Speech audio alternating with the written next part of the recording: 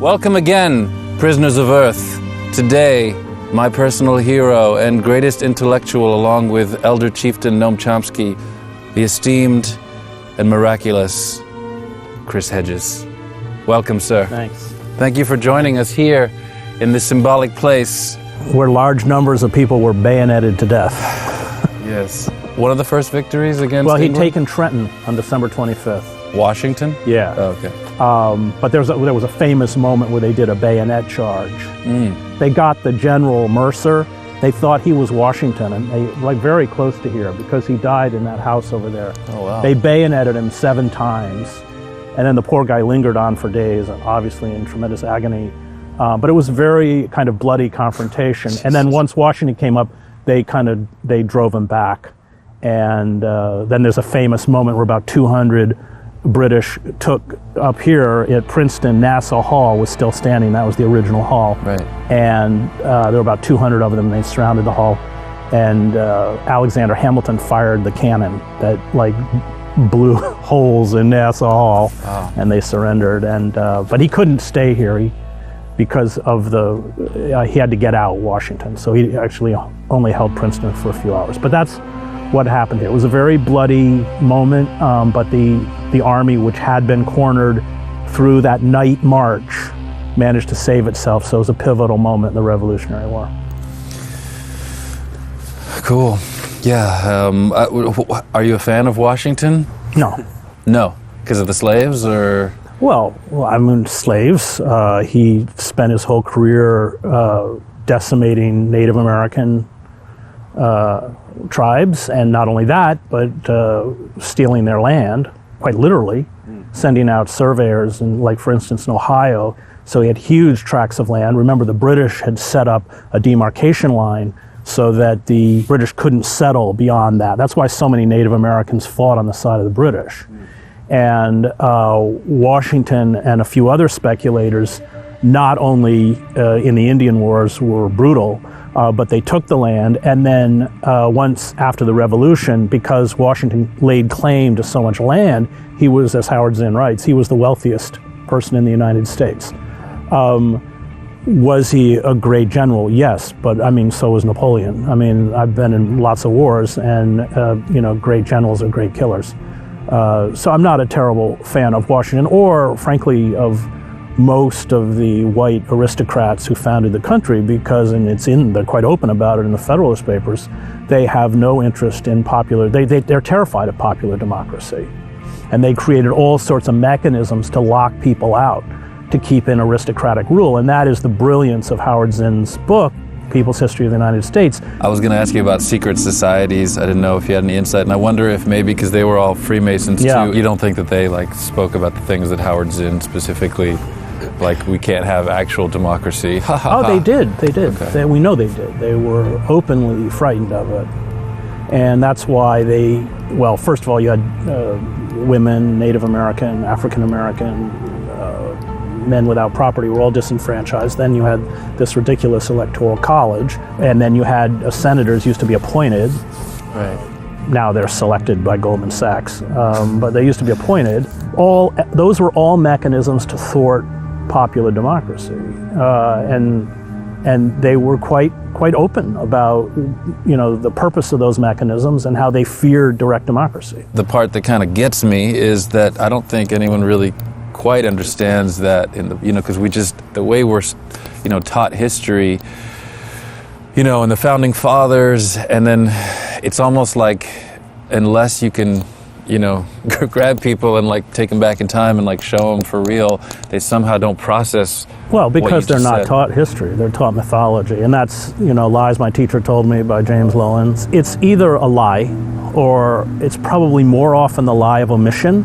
So, for instance, we all know that Columbus came and landed in the Caribbean, et cetera, but then nobody gets taught what he did, how he decimated. Well, he had 2 primary goals, and that was creating a slave force and finding gold. Yeah. And the acts of genocide that Columbus personally perpetrated is just left out of the narrative. That's how they do it. But that's true, I think, I don't think we're the only country. I've lived overseas for 20 years. I think every country creates a national mythology to justify the ruling elite. I mean, history becomes, when you teach history, it's essentially to justify the configurations of power that are currently in force. You can find out about the history, but you certainly won't be taught about it in high school. Yeah. And then, of course, it's meant to be so kind of banal and boring. History is I think it's 2% of people major in history, which is a shame, in college. So yeah, you're right. So people don't, but that works in favor of the ruling class. They don't really want you to know history. So I guess that's the challenge, because it's like, meeting someone who's been so kind of groomed and professionally lied to for, 15 years, and then you're like, oh, by the way, what you know is all wrong. I think people just always have kind of a very adverse reaction to that, unfortunately. So it's almost about figuring out how to undo that before even, talking about solutions, maybe. Anyway. So it's snowing and it's freezing cold. Is this okay? I'm warm, so okay. I'm fine. I'm going to put gloves on. So I had a question about, is it lonely or depressing just being among general human population, being so kind of knowledgeable and smart? It's lonely and depressing to be among the intellectual class that's retreated within universities, because they have a kind of hyper-developed intellectualism, often in one area, but don't know anything about human nature or life. And so I don't socialize with them at all. What's interesting is that I've taught now for 10 years in the New Jersey prison system. The level of discussion in that classroom begins at a much higher level, I've taught at Princeton, than it does at Princeton, because these kids... Well, they didn't believe the history that they were probably taught in high school. In prison? Yeah. Well, they knew it was a lie. I taught Zen in prison, and it was quite moving, and they were riveted by Zen. I always admired Zen. But boy, when I taught him in the prison, my admiration for Zen skyrocketed, because I'd give these 90-minute talks based on the book. We went through the whole book, and I'd hear my students go, damn, we've been lied to. When they have been lied to. And Zen is very cognizant of the African-American experience throughout the book. So it's the first time they're being taught about Sojourner Truth, or Frederick Douglass's 4th of July speech, or who Malcolm X really was, and even who Martin Luther King really was. And so what I find now, I've been teaching 10 years, is my students are getting out. I just got another one. I was on the phone to him yesterday. Oh, great. Well, Malcolm and Martin were our two greatest prophets, I would argue, of modern prophets. So I was on the phone to one of my students who's just getting out, who, he's graduating summa cum laude. I've got 1, 2, 3 summa cum laude. I got one guy I work with who he got the first, also summa cum laude. They all get into Rutgers, so I teach through Rutgers in the prison. I mean, this guy got the first Harry S. Truman Fellowship any Rutgers student got in over a decade, and he uses his money to go to the University of Cambridge in the UK and get a master's degree in philosophy. Now, he's also 310 pounds and 6'8" and black.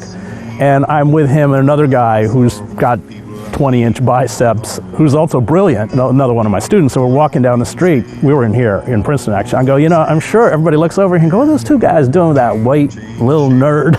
And I go, what they don't know is what I know, is that you guys go home and read books, and you're just as nerdy as I am, except nobody can tell. So they remind me of war correspondents, who I kind of miss. If I miss anything about being overseas, it's that fraternity of war correspondents. But they have that kind of understanding of the dark side of human nature, how the world works.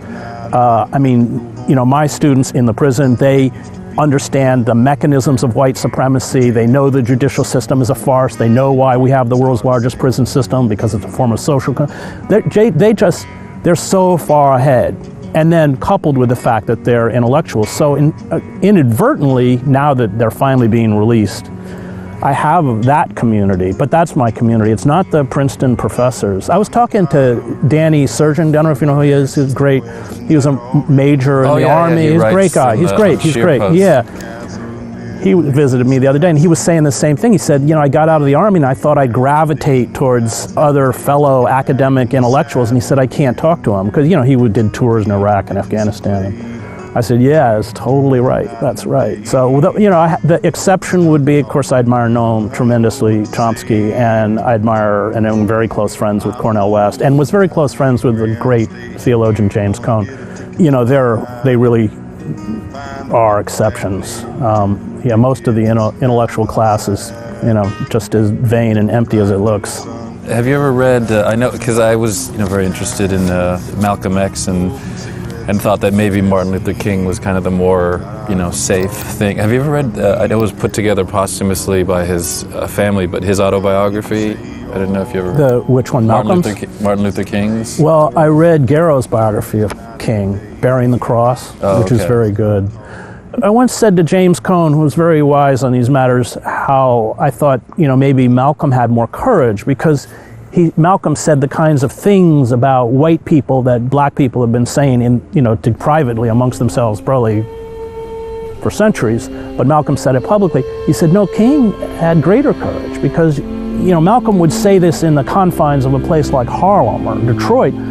King would say what he said, which wasn't as incendiary, but it was far more dangerous, calling for integration and desegregation in places like Mississippi and Georgia and Louisiana. And that was a pretty good point. But they're both really, really important figures, who I, of course, admire tremendously. Yeah. And also, Henry David Thoreau is probably... So Thoreau and Emerson... Well, Thoreau mainly, but for me. I like Thoreau a lot, and I admire him a lot. My only critique of Thoreau would be that individualism, it was about individual rectitude, which is important, but social change comes through organization. That wasn't part of Thoreau. But yeah, his essay on civil disobedience, I've read, I don't know, many, many times, especially before I end up going to a protest where I know I'm going to jail.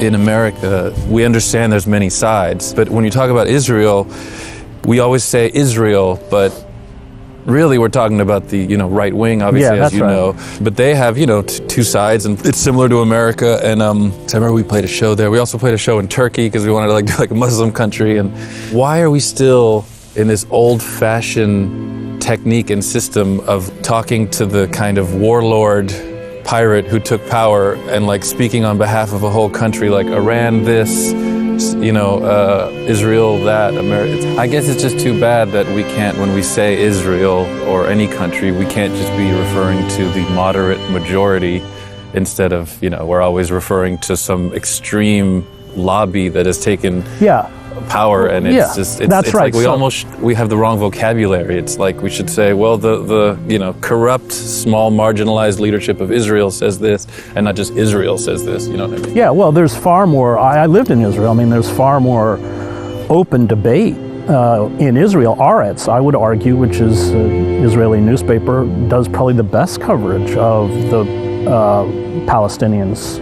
Everyone I met was like, what the government's doing is terrible. You have some Amira Haas, you have some amazing, they're Israeli Jews, amazing reporters. Amira's amazing, Danny Rubenstein, who I know these people. They're Miko Pellet. They're incredible people and really courageous. And what they write and what they say, which I would argue is the truth, is unpalatable within American society. But it's because of the resources that the Israel lobby has, and how the fact that they own, you see some ruptures now in the Democratic Party, but they really have for many decades kind of owned the political system on that issue. I was going to ask you something about, you mentioned in the universities how they've kind of lost a certain sense or grasp of the truth in a certain way. And something that I heard Jordan Peterson say, that all the universities were, kind of taken over by left-wing intellectuals. And I just thought, I don't know if he was talking about Canada or the 60s, but if he was talking about America, I don't know if you wish to. Well, I wish they were taken over by left-wing intellectuals. It just shows you what Jordan Peterson knows. This whole kind of phantom force of left-wing intellectuals is a myth. because if you are seriously left-wing, you're never going to get through a tenure committee. You have to remember that places like Princeton or Harvard are completely corporatized. I've taught at Princeton, I went to Harvard. And the power of those corporate entities that donate, even though these institutions have more money than they need, is such that if any faculty member actually steps up and confronts in a real way the corporate coup d'etat and neoliberalism and the savagery that corporations have inflicted, not just in the United States but globally, they won't stay. They'll be very swiftly marginalized. So no, the universities have been largely purged. I always find that argument by Jordan Peterson, I don't know where it comes from. He might be talking about Canada. No, I speak in Canada a lot. Well, Canada has a better university system than we do. Well, he'd have more of an argument, I suppose. He didn't have any argument. Is Germany back? Are they back, like, secretly, kind of, with the, IMF, World Bank? Well, they're not even that secret about it. Ask Greece. They're pretty upfront about it. Well, are they now, like, without an army, kind of back in charge? Economically, without question. Are certain cartels and leaders more trusted and respected than the corrupt government? Is it sort of a violent renegade opposition party in Mexico? And is the solution as simple as prohibition, where if you legalize all drugs in America, it would eventually restore power to the government, or have they just become too powerful altogether? The cartels? Yeah. Well, the cartels are powerful because of the profits that they make. So the goal is to take away the profits. Okay. Yeah. Agreed. About Nader, and I'm assuming you're kind of pseudo-endorsing them because you're interviewing him and putting it out, but how do you feel about his whole, the system, the 1% mobilizing and all that?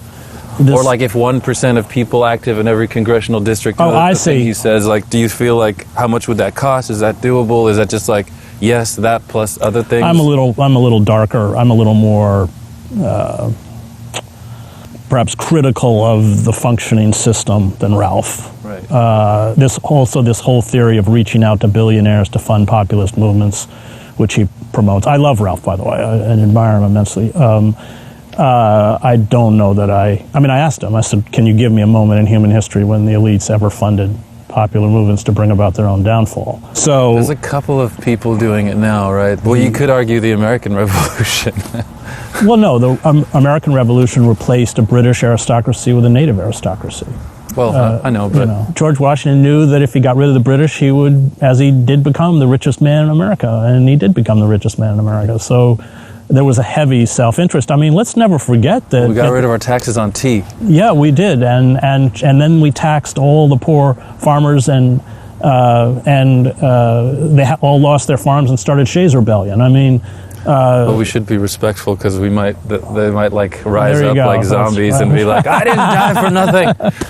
I mean, it was Washington that purged, because at the beginning the Continental Army had significant numbers of African Americans. It was Washington that threw them all out. So, I mean, yeah, I know that's what Ralph argues. I just don't. Were there any good founding fathers?